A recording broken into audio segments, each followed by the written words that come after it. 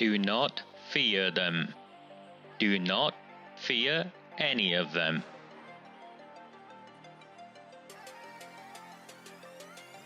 On the 20th of November 2003, James Ignatius O'Rourke McMahon was elected councillor for the Failsworth East Ward of Oldham. Deeply ambitious, he ruthlessly rose to power, and by 2011 he was already leader of the council. In 2015, exploiting a Labour Party loophole, he became MP for Oldham West and Royton. If only the people of the town knew then what they now know. Do not fear them. Do not fear any of them.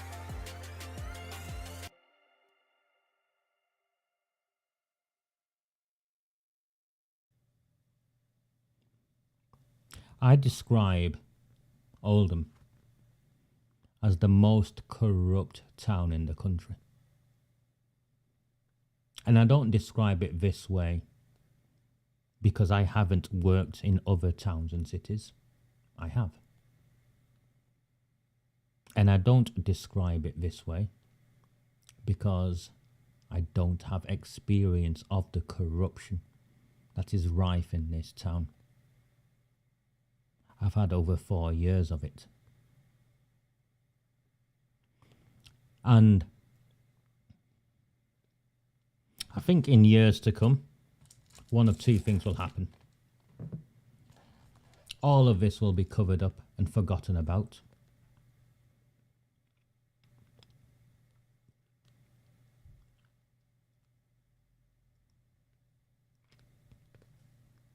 And things will go back to normal.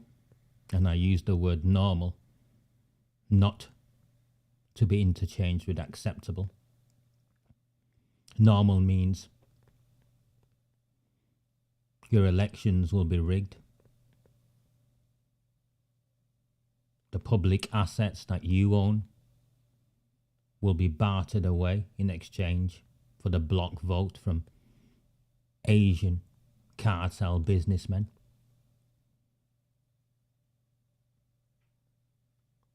Your children will be raped, that's for sure.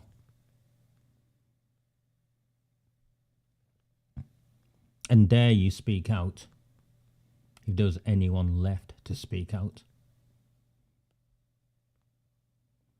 You will be jumped on with such ferocity that not only will you suffer, but everyone you know will also be made to suffer.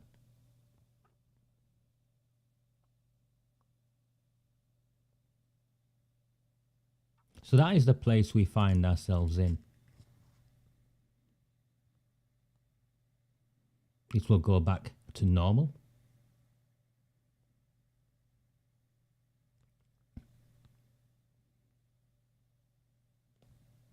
And only when you are alone and amongst trusted friends and family, and even then you will think twice. You will look back at this opportunity and at this moment, and every one of us, myself included if I am still here, and we will ask ourselves and ask each other why we did not do more.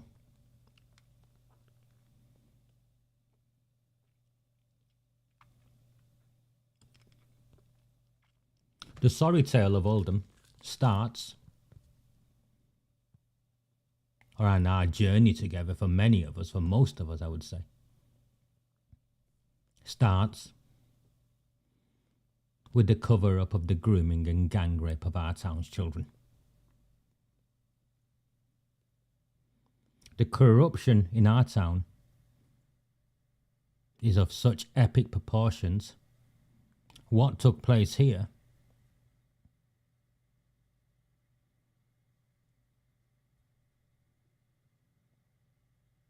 was far worse than what took place anywhere else. Rotherham, Telford, Kirklees, Bradford.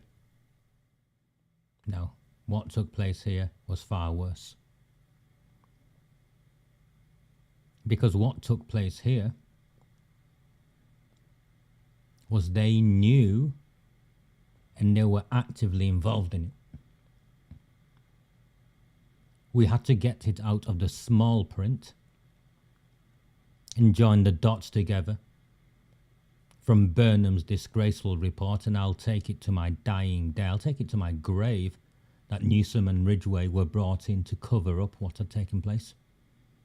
If that mayor had any decency, what he would have done was referred to the matter immediately to the government to investigate. But he did not, because his friend Sean Fielding had gone to him, and only weeks earlier he'd hired Sean Fielding's girlfriend in a job that she had no qualifications or experiences to fulfill. No one batted an eyelid. Such is the corrupt nature of our town.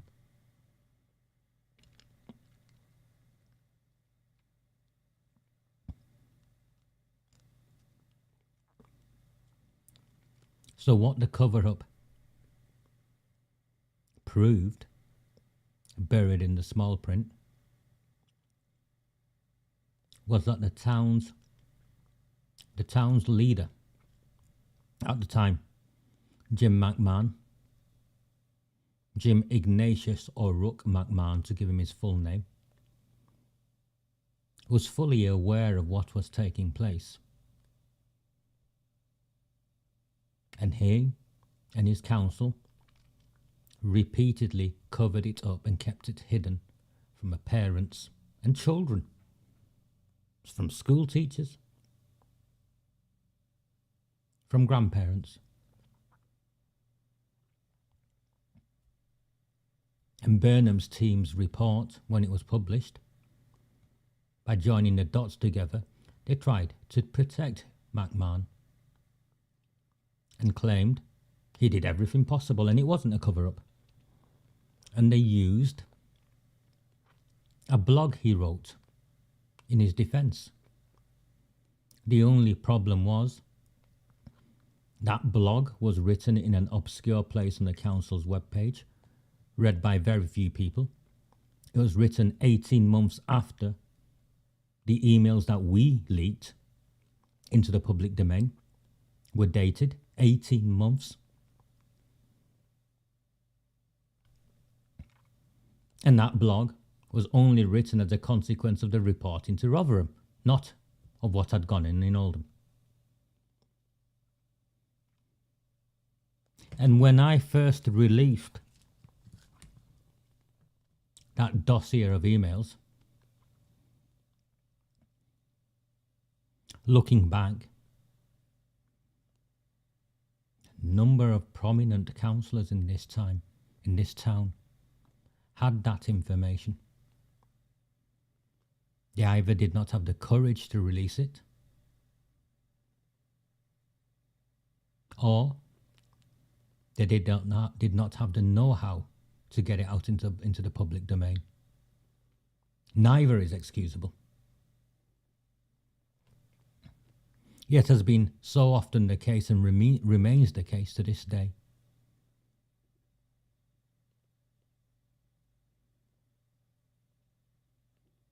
Maybe they felt they were using me. And in these 4 years I have been used repeatedly in a very predictable pattern. But it did not matter. I was prepared to take the risk. And I shared all of the emails. And I, in a style that you've all now become familiar with, took the time to explain what had taken place. Almost immediately I was threatened. Jim McMahon, Sean Fielding, Arood Shah, all of them.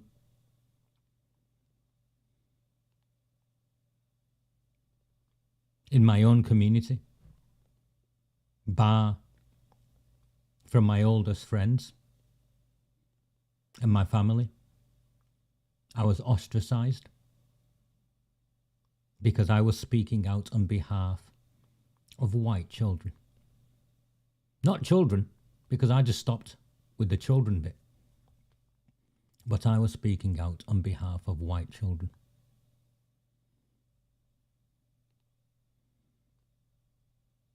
Sean Fielding, beyond his famous barefaced lies speech, took to social media and boasted how I would be arrested and put in prison.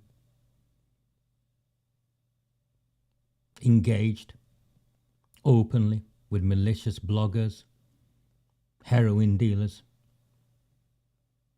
And so right from the beginning we saw the formings of a partnership of the Pakistani gangsters, the Bangladeshi cartels, the politically left who'd sacrifice anything just to be politically right, as in right in what they believe in. And then I kept releasing more and more and more.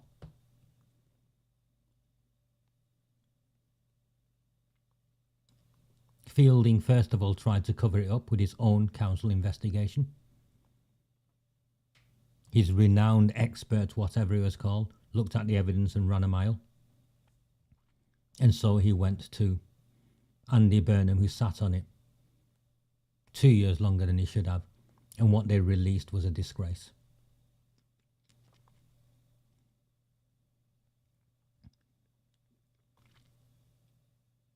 And whilst I critiqued it, picked the holes in it, and shared with people what had gone on,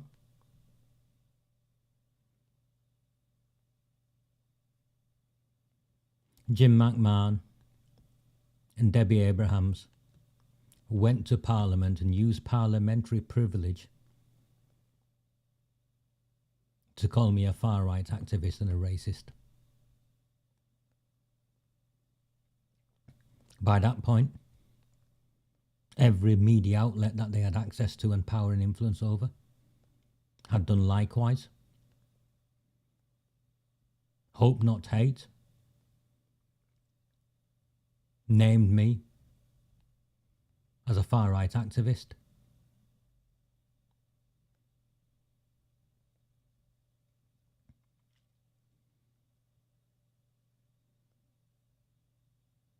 And now, 6 months or so since the grooming gang report was published, there's been no change. It's been brushed under the carpet, so much so that the leader of Oldham Council, the new leader of Oldham Council, Amanda Chadderton, dared stand up in the council chamber and defiantly claim you cannot say being gang raped, which is what she was referring to, you cannot say it's destroyed their lives.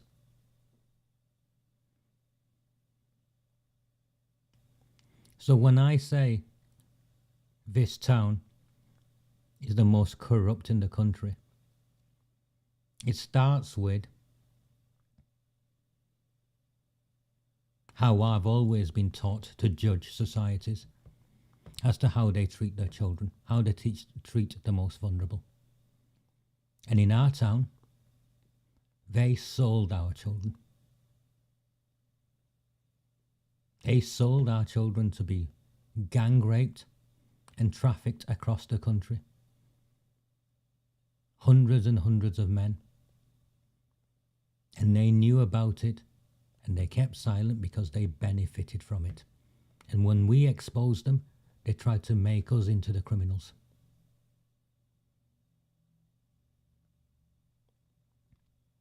So that's where we start.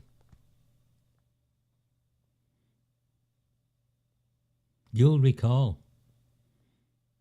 that council meeting. Gerard Jones, the most senior council officer in charge of children, exposed for lying, preventing victims from giving testimony. He's not been punished. Not one of them ever have been. Not one of them ever will be. And the politicians we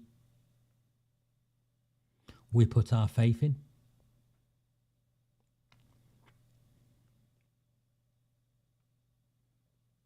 I don't deny some tried. And some were punished because they refused to remain silent.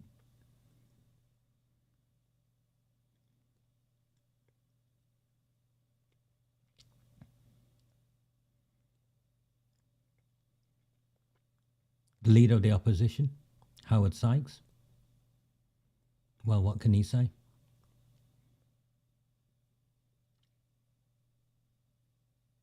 His friendship with Cyril Smith is well known, as well was his defence of the convicted child sex offender Rod Blythe councillor that the Lib Dems kept hidden.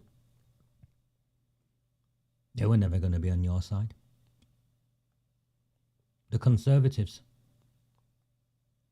Graham Sheldon, the leader of the Conservatives, had gone on a caravan holiday. Beth Sharp, deputy leader at the time, had buggered off to Mexico.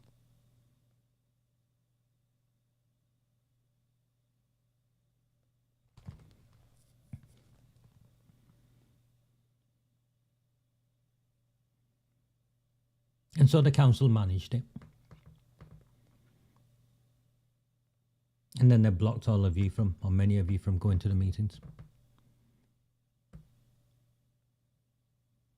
They deleted all of the historical meetings to hide the evidence. There's no other reason why you delete all the old videos. And put most of them back on only after an outrage, and Amanda Channington tried to claim it was a mistake. It was no mistake.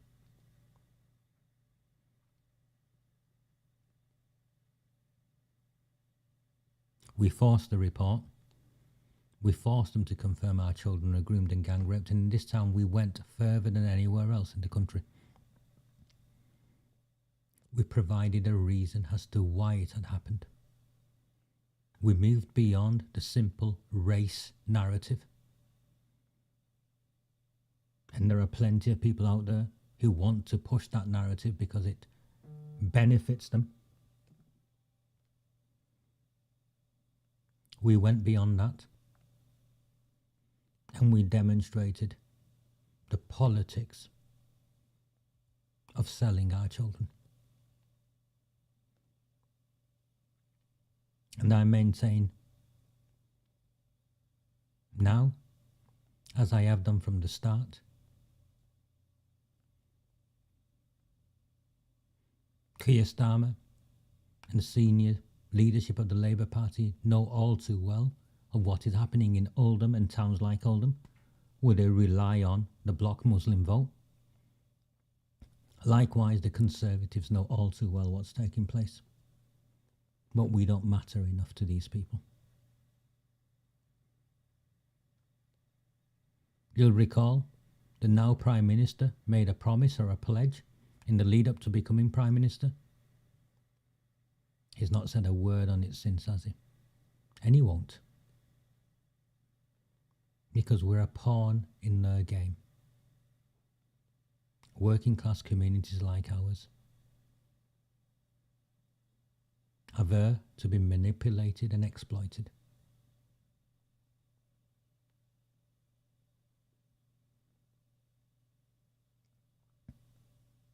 So that's where we start.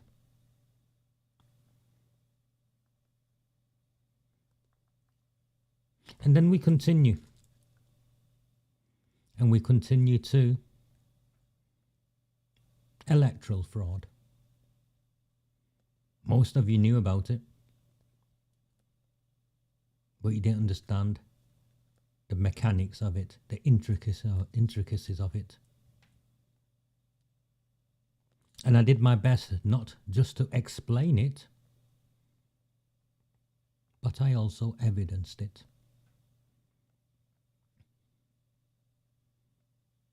Jim McMahon, once again, central to the electoral fraud in this town, as he is central to the cover-up of the grooming and gang rape of white children in this town. The electoral fraud in this town works around the Muslim bloc vote, which is why McMahon was happy to be seen after he got elected as MP with a bunch of Muslims, where he was thanking them for all the votes.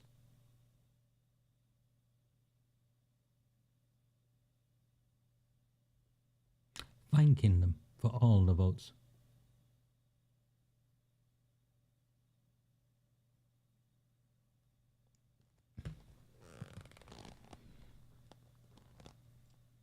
And then,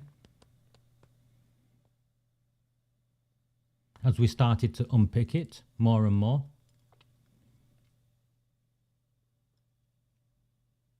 we saw the electoral votes, the electoral fraud, play out in more brazen a style. The council, and again this involved Arooj Shah, who by this time we'd exposed for her links with dangerous criminals in this town.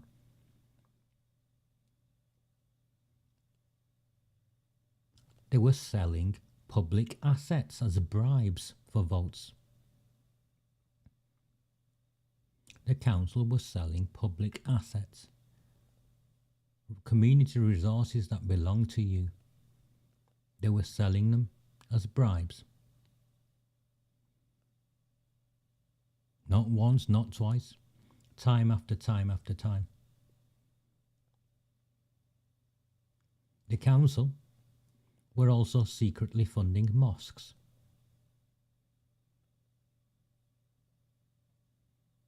Why do you think they were secretly funding mosques? Giving them loans or selling them land for pennies after spending tens of thousands of pounds on them? Look at Glodick Baths. Look at the Carnegie Library in Chadderton.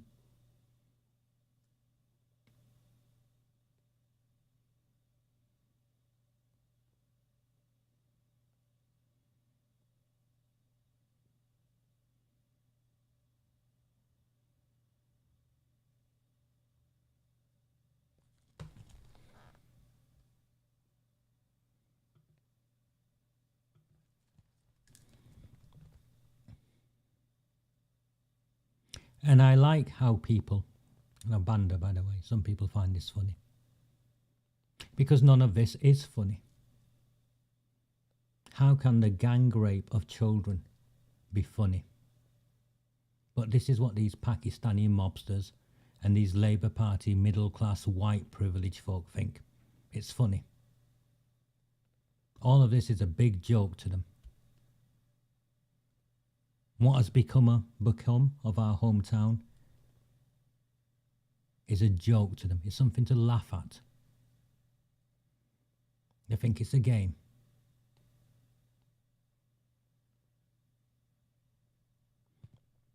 So along comes my piece on the cartels, where I expose all of the dodgy dealings between dangerous criminals and Labour Party politicians. The leader of this town and every Labour Party councillor, or the enough Labour Party councillors, voted for her to become leader once we ousted Sean Fielding. They did so knowing that she hung off the arm of Dale Cregan's getaway driver. Amanda Chadderton, Ross Birch, whatever the other names are, Ginny Alexander.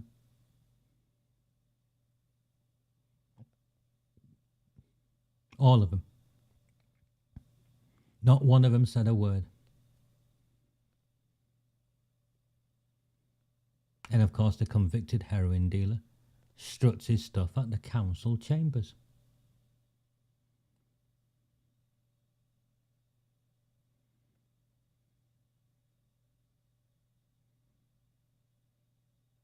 Sadly, Arud Shah will get re-elected in St Mary's in Glodick. The deals have been done. And no one will run a campaign in St Mary's to fight against her and what's taking place.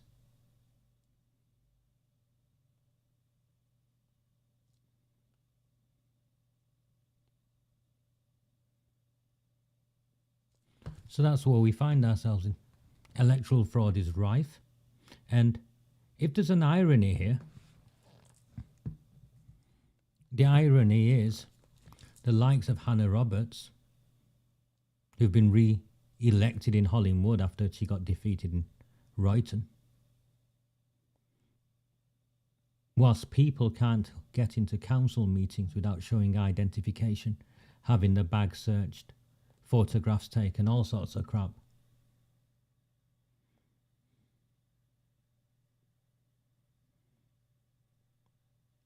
They want voter ID to be scrapped. And for those of you who think voter ID is going to stop electoral fraud, it won't. It's just the Conservatives playing games again.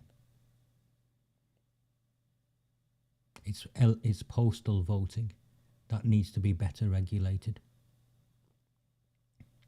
The fraud that actually takes place at the polling stations, I call it the mopping up fraud.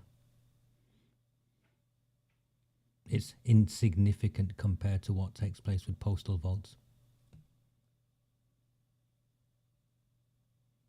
And we exposed it. Not just we exposed it. And Paul Entwistle knows, the borough solicitor. He cannot explain why the council signed off Glodick baths during Purdah. Or why Jim McMahon is pictured eating samosas at one of the homes of one of the lads who bought the Carnegie Library in Chadderton.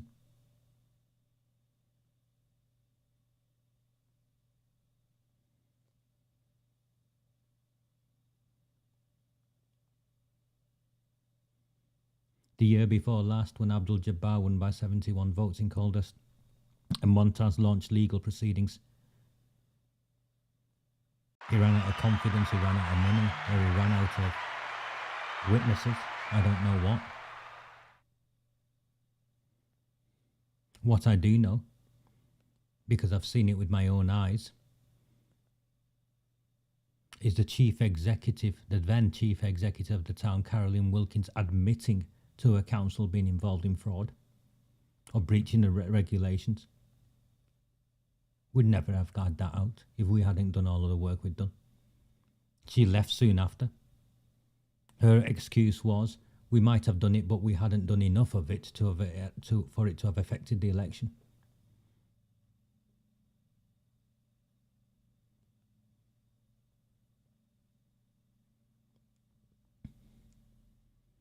You've all seen the love heart response from Arud Shah.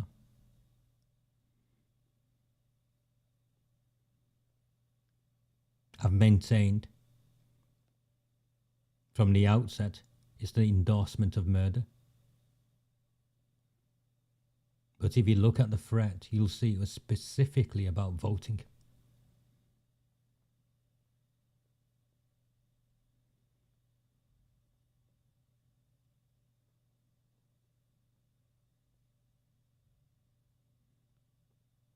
You hang off the arm of a convicted heroin dealer who was the getaway driver of an Oldham cop killer. Your car gets blown up and you blame the entire town as racists, and your mate Jim McMahon tries to frame me. And then the video comes out and not one of you have anything more to say. Before that, Labour politician after Labour politician, news outlet after news outlet, council officer after council officer, all of you were lined up trying to use it to attack me and attack decent people in this town. And then the video comes out. The video of an unlocked car where the window is smashed afterwards, once the door has been opened. It's clear what's going on in the video. None of us are stupid. And the police are now nowhere to be seen.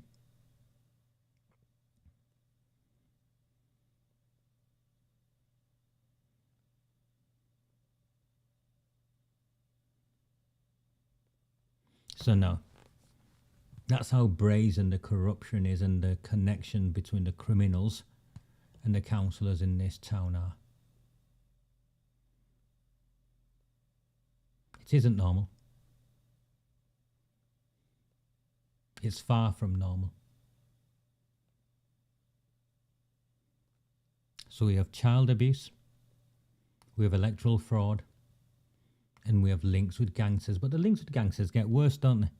Because they've got councillors in the council chamber who are gangsters or are convicted criminals.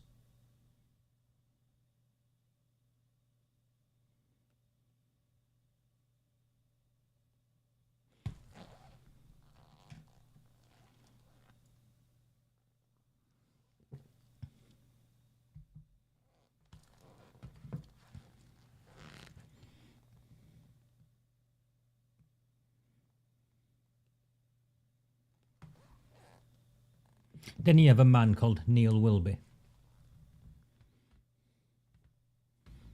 His record for what he is in the public domain. I don't need to go into it. But what I found astonishing is how serious senior politicians in this town openly engage with him whilst he attacks not just me, not just other councillors, but members of the public. All for what?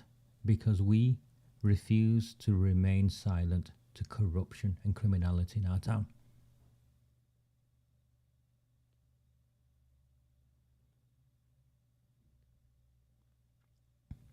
I've reported him repeatedly to the police, and the police have now been exposed for their own criminality. I've got evidence of the police, and I'll go through that on Sunday, exposed for criminality in protecting Neil Wilby. I don't believe they're protecting Neil Wilby. I believe they're protecting the people behind Neil Wilby.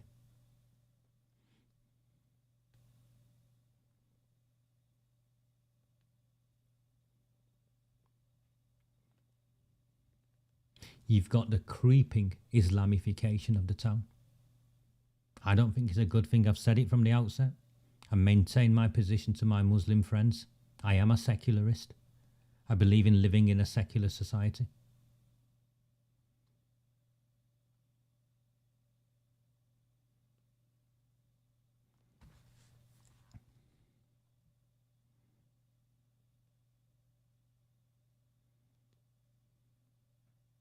The pandering of misogyny within my own community, as the MPs and the politicians meet exclusively with men.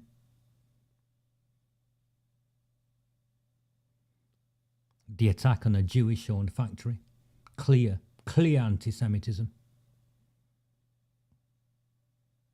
In a response, Debbie Abrahams and Arooj Shah hold a rally at Parliament Square where children are waving Hamas banners.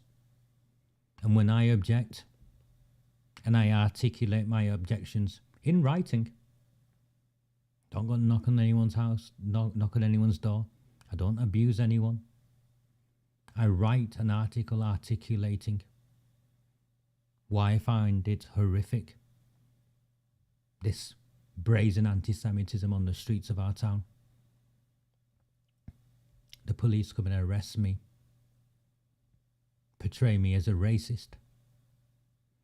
And the newspapers, the council-funded newspapers, falsely claim I was arrested as part of a child sex exploitation investigation.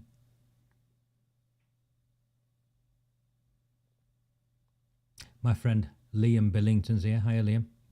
He'll share with you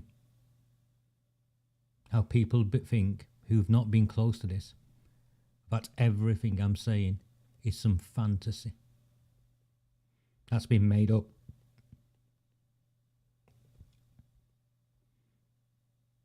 It's a nightmare. It's a nightmare for many of us, but it's not made up.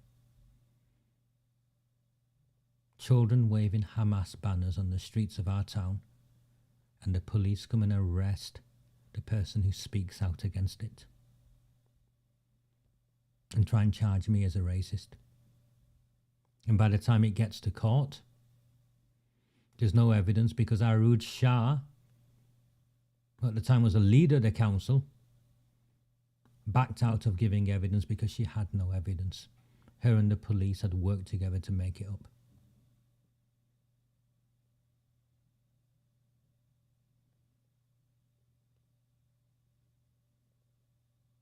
But we need to look beyond what they tried to do to me on that. Is what they will do to any one of you. What they will do to any one of you. As the Islamification of this town continues and grows and grows and grows. And many people, the majority of people, do not understand the nuances of racism as I do, to be able to articulate it in a way where it becomes extremely difficult for them to pin racism on me. It won't be so easy with so many of you. No. And we've seen the demographics, the census information.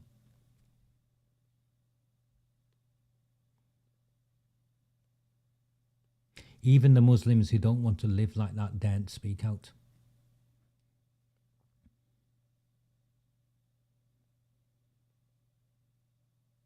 Even the Muslims who don't want to live like that daren't speak out. And I don't blame them. Because I know what will happen to them if they do speak out.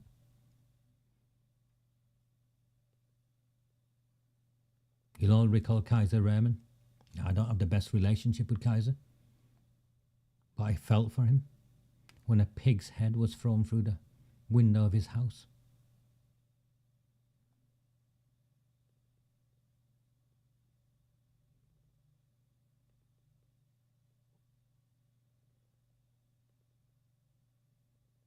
So the growing Islamification of this town, and I put it in here because it is corruption.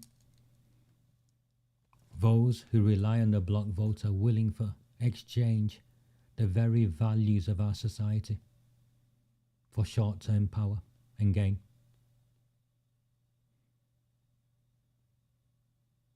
And for speaking of those who abuse power, and it is that the Asbys,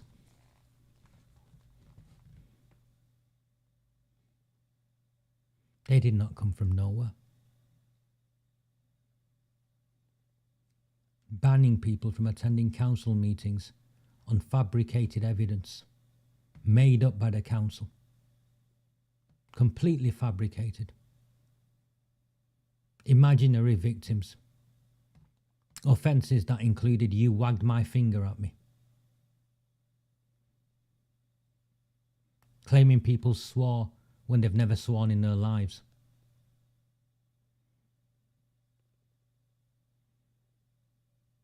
Banning people because they were angry, because they were sat in a council meeting hearing how children in this town had been raped and the authorities knew it and covered it up.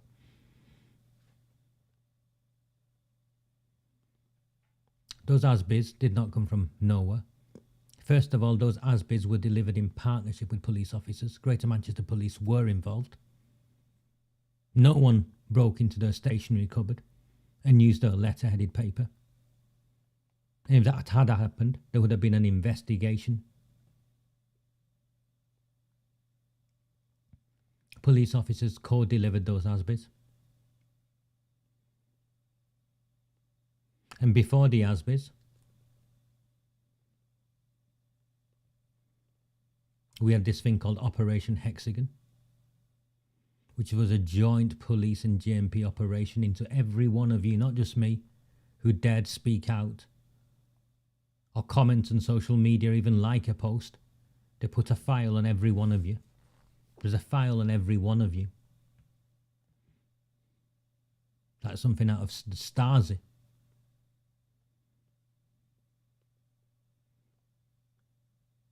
And behaviour I expect in North Korea or China. I sat there observing a conversation a couple of weeks ago at Royton between Peter Brown, who's got one of these ASBIs, and Dave Arnott, the Conservative councillor for Royton. Peter now lives in Royton, so Dave's his councillor. Dave wouldn't represent him, wouldn't stand for him, wouldn't do anything to challenge the ASBIs. I saw Lynn's name pop up here earlier. Never been in trouble with the law or in any form in her entire life. She's forced from the police. That even though she was reported to them, they had no evidence to do anything, and they had no evidence to do anything because there was no evidence.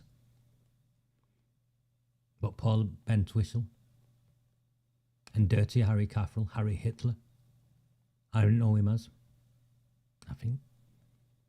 And I'll talk about the officers in a moment. But the ASBIs did not come from nowhere, because prior to the ASBIs and prior to Operation Hexagon, we witnessed first-hand evidence of Sean Fielding in his capacity as leader of Oldham Council going after private citizens for daring ask questions, writing to their employers attempting to have them sacked using council letterheaded paper. And the Council Standards Committee tried to claim he did nothing wrong. That's how bent and corrupt this system is. He abused his power and he tried to ruin the lives of people, ordinary citizens. One of them was Mark Wilkinson's daughter. Her offence was being his daughter.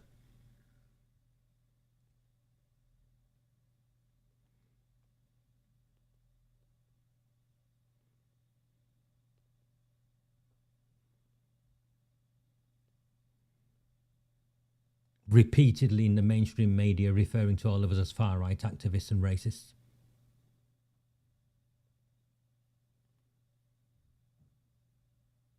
What did the Lib Dems do? They joined in. What did the Conservatives do? They tried to exploit it, but when it came to defending us, they ran a mile.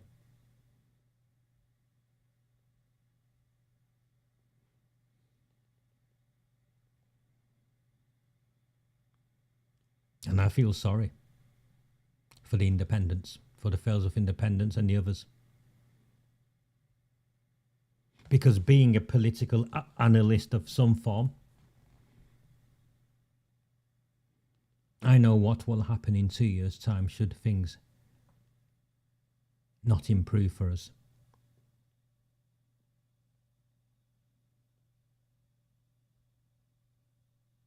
FIP will be nothing but a blip and Labour will start to move back in Failsworth.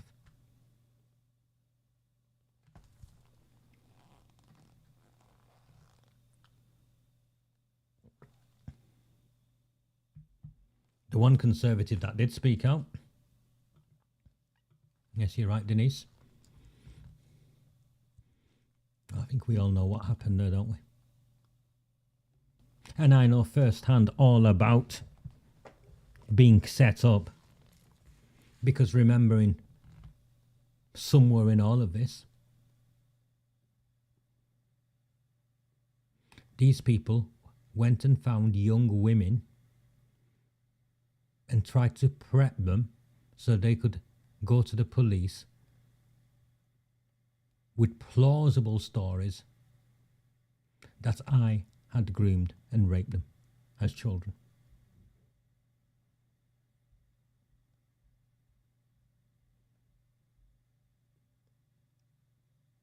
The individuals involved included councillors and those close to councillors.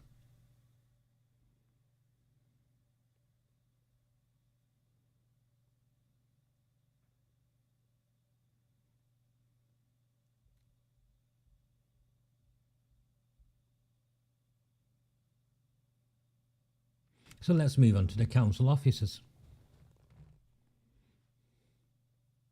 And some of us may think that we've won nothing here. We've won so much. The chief executive has run away. The deputy chief executive and assistant chief executive also run away. The council, desperate, have hired a sleazebag, dodgy bloke through some backdoor process called Harry Caffrell. Blackburn paid him off to get rid of him. They wanted nothing to do with him. They paid him off to get rid of him.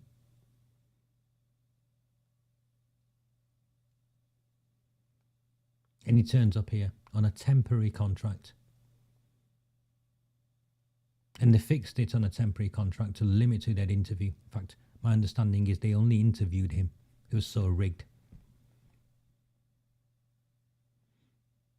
And then he brings in this Pakistani import from Blackburn, who's laughed at because he's over-promoted and under-skilled. You can see him on Twitter, posting away about networking events and nibbling on samosas. And we've exposed them. Which is why Harry Caffrell is now on the run. His solicitor, Paul Bentwhistle, is on the run. They've been exposed time after time after time. They've been exposed. Who in their right mind awards someone a permanent contract or a contract extension, so it might as well be permanent, with no evidence of success after hiring them on a dodgy temporary basis? It's a backdoor appointment. So we got rid of one lot and they brought in a chief executive and a team around him that they thought they could use more effectively as attack dogs against us. Well, how's that working out for you, Harry?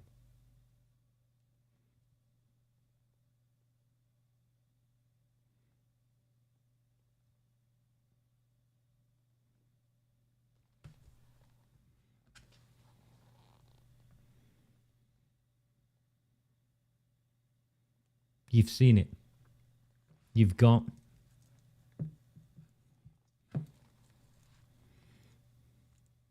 Elizabeth Drogan, head of Constitutional Services, with Paul Bentwhistle. Remember how they were whispering to each other in blocking, overturning, changing, rewriting the Failsworth Independent motion for a public inquiry. We now know what they did was unlawful, in breach of the council's own constitution. No punishment. We've seen Harry Caffrell tour the town, desperate to try and keep Harood Shah in power. So desperate that he broke their own protocol at the election count. She'd been defeated by more votes than would ordinarily allow a recount, according to Harry Caffrell's own words, and he changed the rules to try and have a recount in a desperate attempt to keep Harood Shah in power.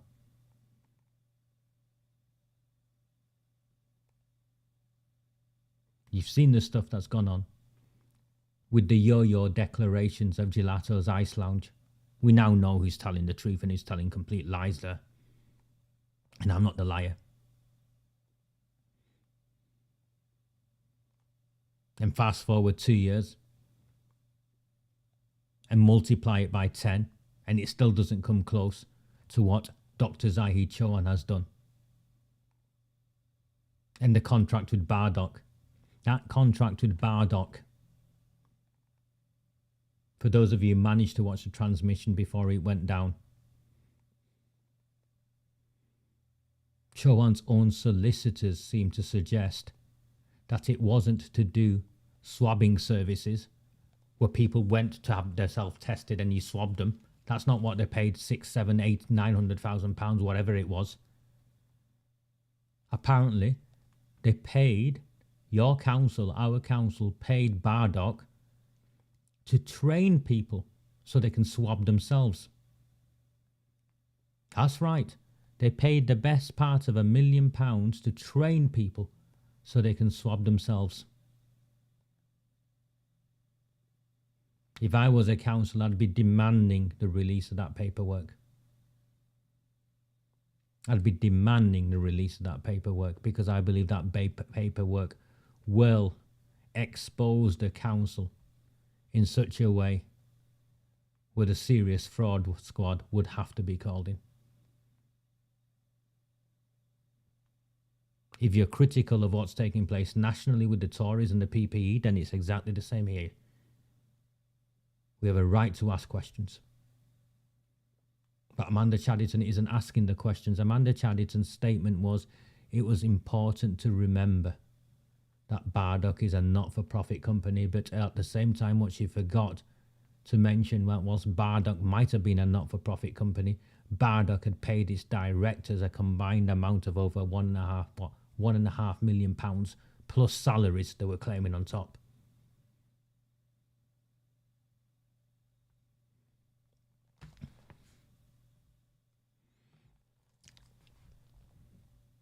£650,000 were payments so far, mate, weren't there? And there's more payments gone out. And they renewed the contract. Remember, they renewed the contract.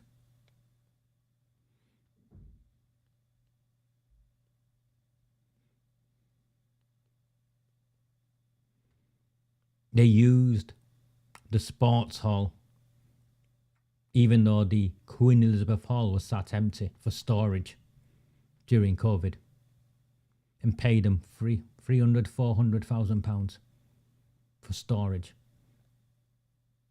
They could have stored stuff in the Civic Centre because no one was in the Civic Centre. They could have stored stuff in the Queen Elizabeth Hall because the Queen Elizabeth Hall was locked up and empty. Who made that decision? What happened with that £300,000 or £400,000?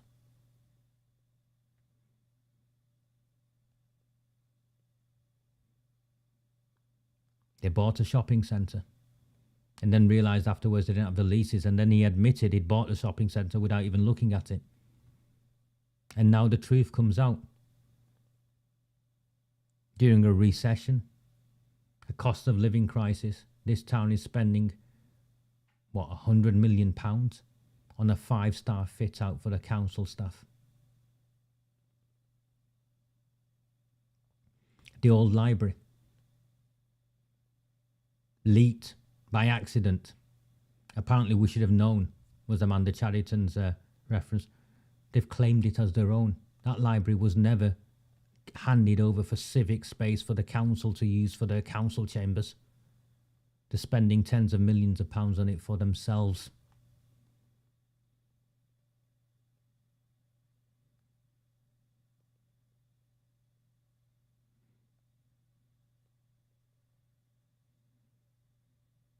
This isn't about an absence of money in this town. Time and time and time again, it's a waste of money. It's a waste of money. And again, who's central to it? Jim McMahon and his game changers.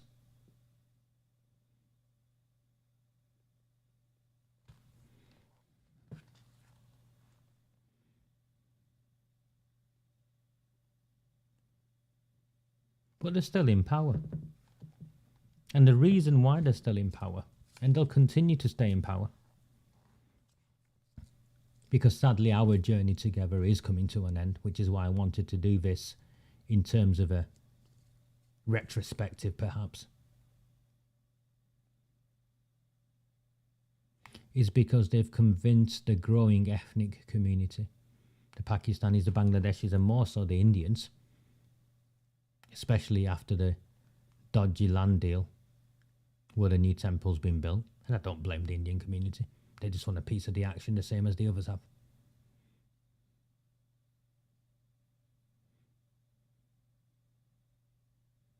What they've convinced these people is, and my assumption is the majority of the 185 people who are watching me today, right now, are white, is that you people are racists. And only the Labour Party can protect people like me from people like you. So they portrayed you and demonized you as racists, so that people like me vote for the Labour lot to protect them from people like you. They've cultivated racism. If they've been successful in anything in this town, it's that. They've made it grow in ways and means I've never seen it anywhere else.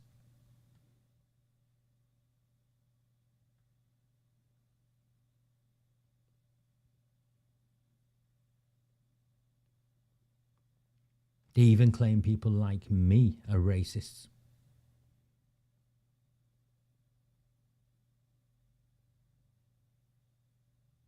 Their entire basis of how this town functions is by dividing communities and cultivating fear, animosity, anxiety, hatred towards the other.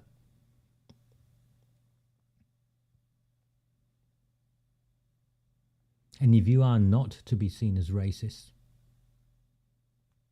you can't have views and opinions on immigration, on asylum seekers, on HMOs.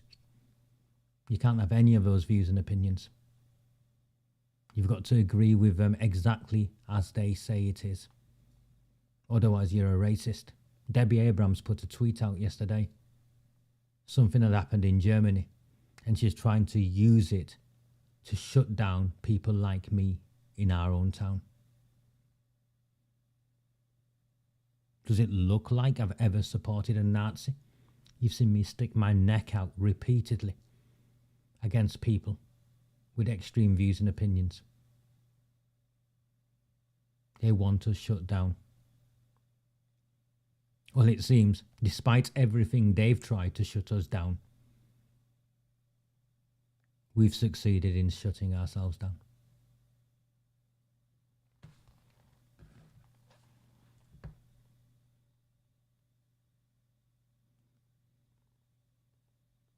And none of this would be possible. None of this would be possible without the active partnership of not just the police, but the mainstream media. None of this would be possible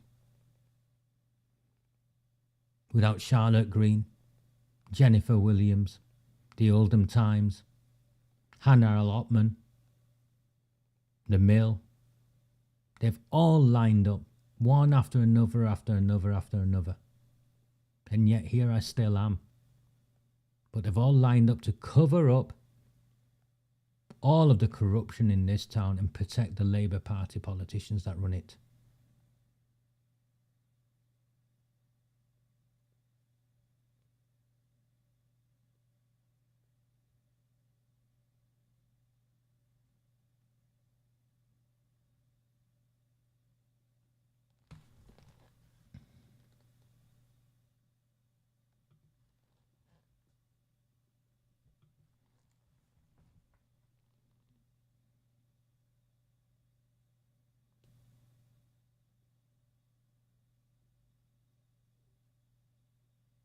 And yes, I've just banned another one of those fake accounts.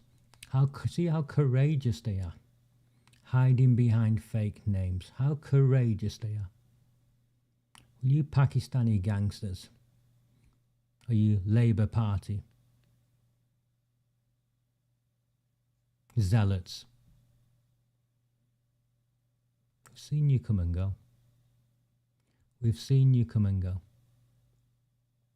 All of my content is put out for free.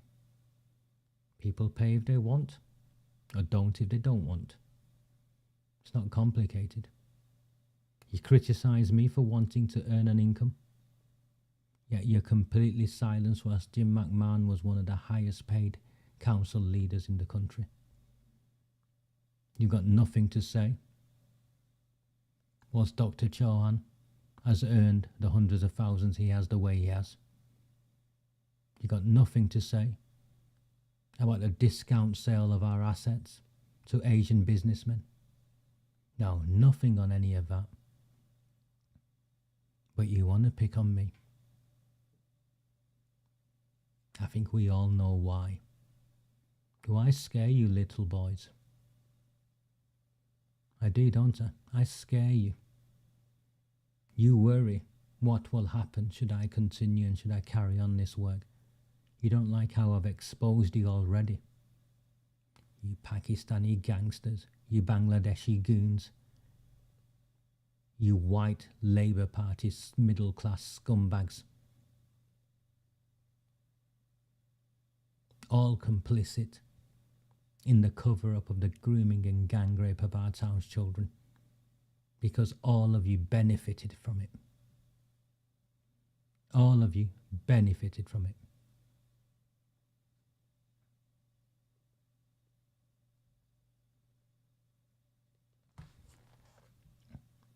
Oh, I'm not beaten, Lynn.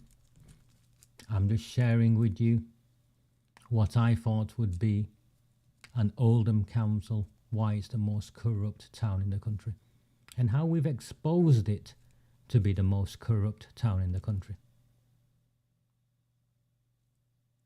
For 4 years we've exposed it, and we've taken out senior politicians, senior council officers, and police officers have run away.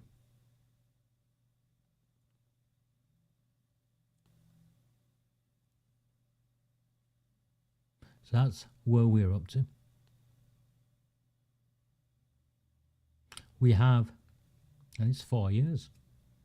That's what we've pulled out in 4 years.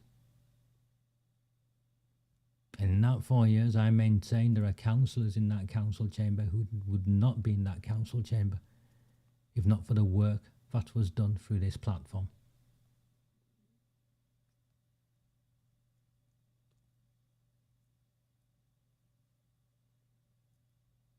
And if I am defeated, I know what will happen. I think you all know what will happen. If these transmissions stop and this work comes to an end. But that is not in my hand. I know if I was doing this work in an Asian community, championing some of the needs of people within my own community, I would have had no problem in getting 300 people to commit 75 pence a week, 10 pence a day. But we're not in that position. And there's nothing else I can say that will change the position we find ourselves in.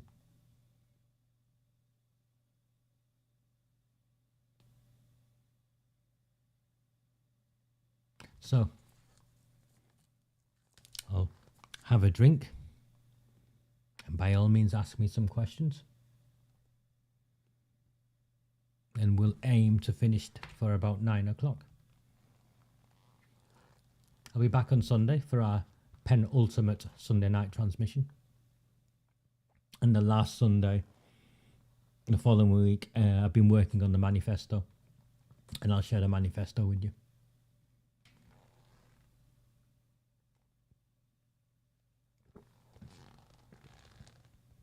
But please, if you have questions, ask them me.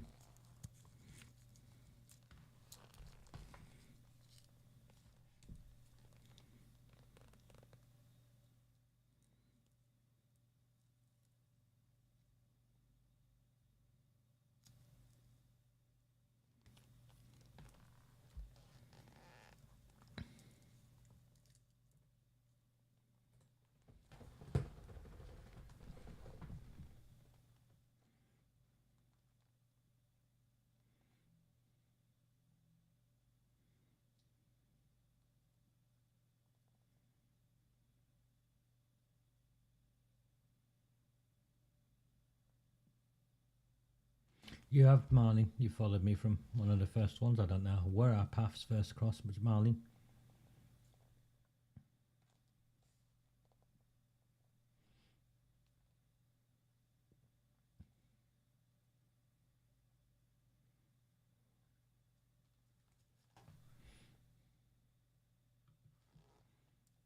It's a conversation you and I had earlier, David, I think. FIP will get the last of the council seats in May. The momentum will carry him there. But come 2 years' time, they'll start to lose them. Because remember, in 2 years' time, the two candidates who will stand for re-election are the weakest ones, who got the fewest of the votes. And Labour will pick them off. Labour will present a mandate to Failsworth of how, whilst FIP can do door-knocking, low-level stuff, the big strategic stuff they won't be able to do. Now, I can counter that, I can beat that, but, you know, who am I? Who am I?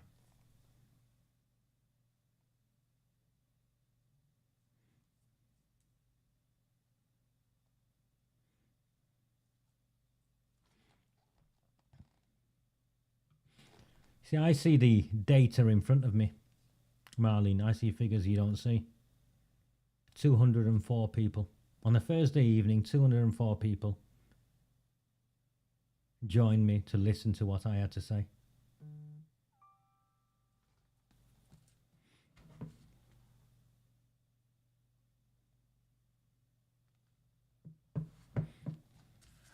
My phone bleeping. Someone signed up for, lovely, on the webpage, £3 a month, great. Someone signed up for a year earlier, £30. I'm really sorry, I don't know if or how I'll be able to honour what you've done.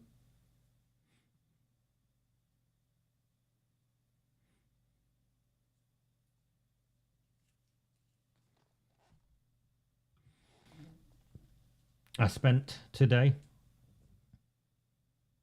filling in the forms, so getting the application form submitted for the Royton Independents so they can become a registered political party.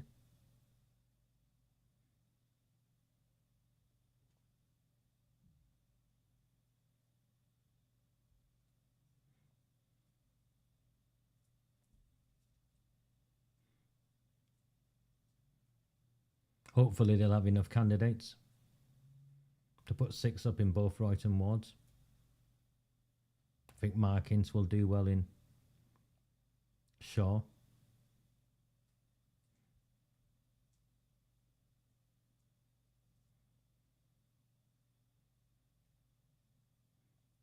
See, Josh Charters is now standing in St James. Josh Charters was the stooge that asked a question to kill time at one of the early council meetings.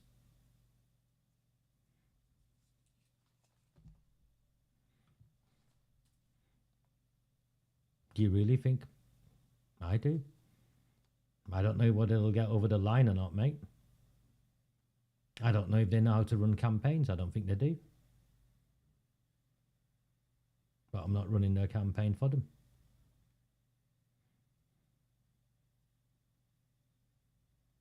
We got Chadderton, mate.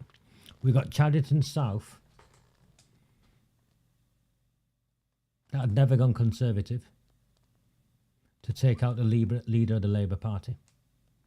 And that's when the entire machinery of the National Labour Party came in. I know full well how to fight and how to win in Royton, like I did in Chadderton.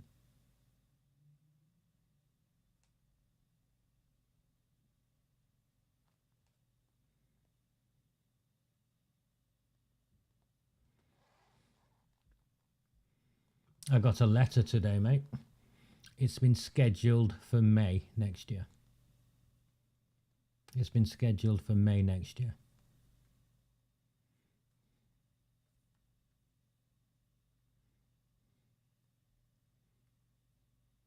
On my own trial, the CPS were meant to present him evidence or give me the evidence by the 1st of December. They hadn't yet.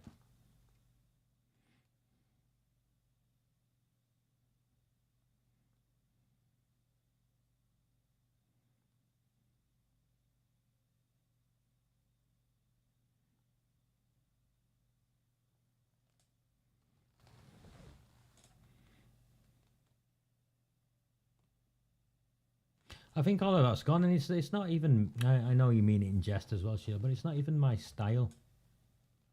I genuinely hoped, with everything we'd done over the last 4 years, we'd get 300 people, and if not 300, because then people are getting in touch with me. Oh, I'll give you this, I'll give you that, but it hasn't materialised in enough numbers, unfortunately. It's not any of your fault. All of you have done enough and more. It doesn't work really, Lisa. People know. It's not the absence of numbers. This isn't an absence of numbers. I won't touch Telegram, mate. I won't touch it. I use the mainstream platforms and I'll fight to stay on them for as long as I can. I go on Telegram or sort of platform like that, irrespective of who else is on there, but it'd be easy for them to demonize me as a far-right activist.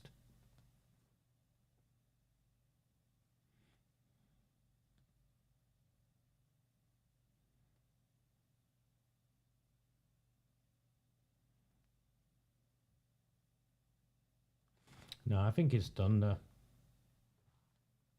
Yes, the court case on the 20th in Wigan is a case management hearing, Lynn. I think my trial date is sometime in February. I think the judge wants to see the evidence. I've not seen the evidence yet. So, yeah, it's 80. Where are we? 18 months in from when they first arrested me. So, yeah.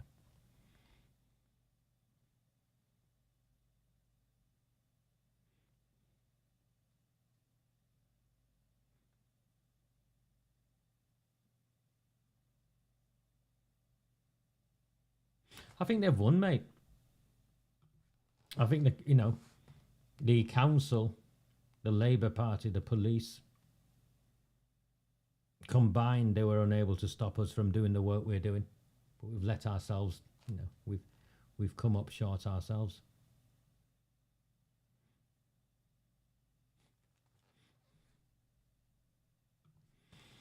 No. We'll see, won't we?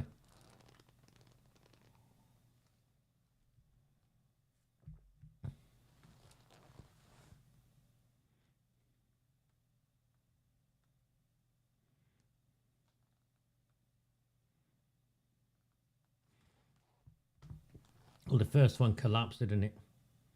The first one collapsed because they had no evidence. But the CPS decided to make a charging decision even though they had no evidence, see?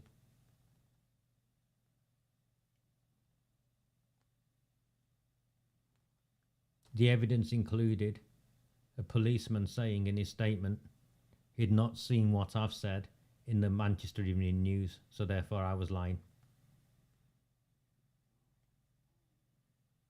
Yeah, when I look at all that, I don't follow any of it, mate. I'll be honest with you. I see the stuff to do with that. I've seen the stuff to do with that crazy woman in Buckingham Palace. Mate, I can't make a difference in my own town the way I want to. So I don't get drawn. I just refuse to allow myself to get drawn into any of that. It's nonsense, isn't it? It's all nonsense.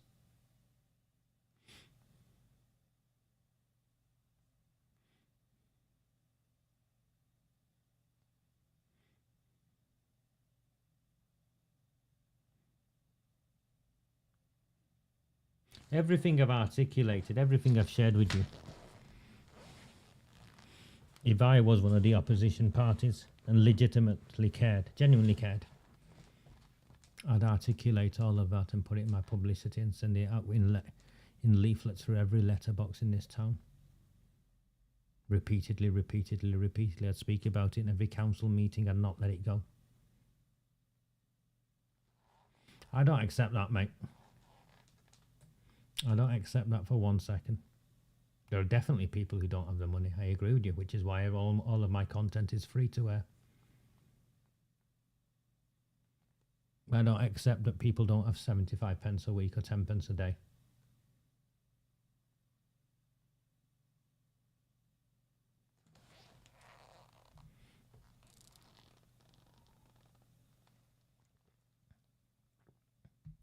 I think we're just about coming up to finishing. Have you got no more questions?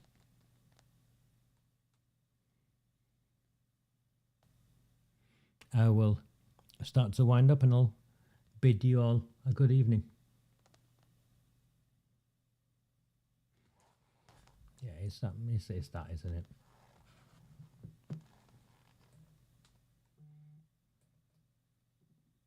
If you find value in this transmission, if you're one of the 220 that have viewed it, apart from the couple with the fake accounts, then please consider buying me a coffee.